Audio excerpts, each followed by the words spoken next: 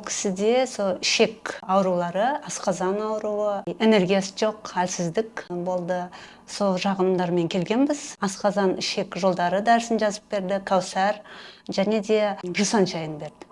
Осы бір айдай болды ішіп жатырғанына. Қазір Құдайға шүкір жақсы. Жусан шайын ішті, және де асқазан, ішек жолдары дәрісін ішті, сұйықтары берді. Соны ішсе, асқазаным жақсы болып, аузымдағы кеуіп қалады ғой, сол жақсы болды деді қазір. И уже қатпайды ішім деді.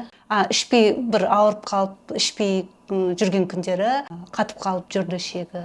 Қазір ішіп жүр, Аллаға шүкір, жақсы. 50% уже жақсы болды деді, ішіндегі ісіктер уже кетіп жатыр деді, асқазан, ішек жолдары уже кішкене жақсы болды деп, енді салмағы жоқ ол кісінің, соған дәрілер жазып берді.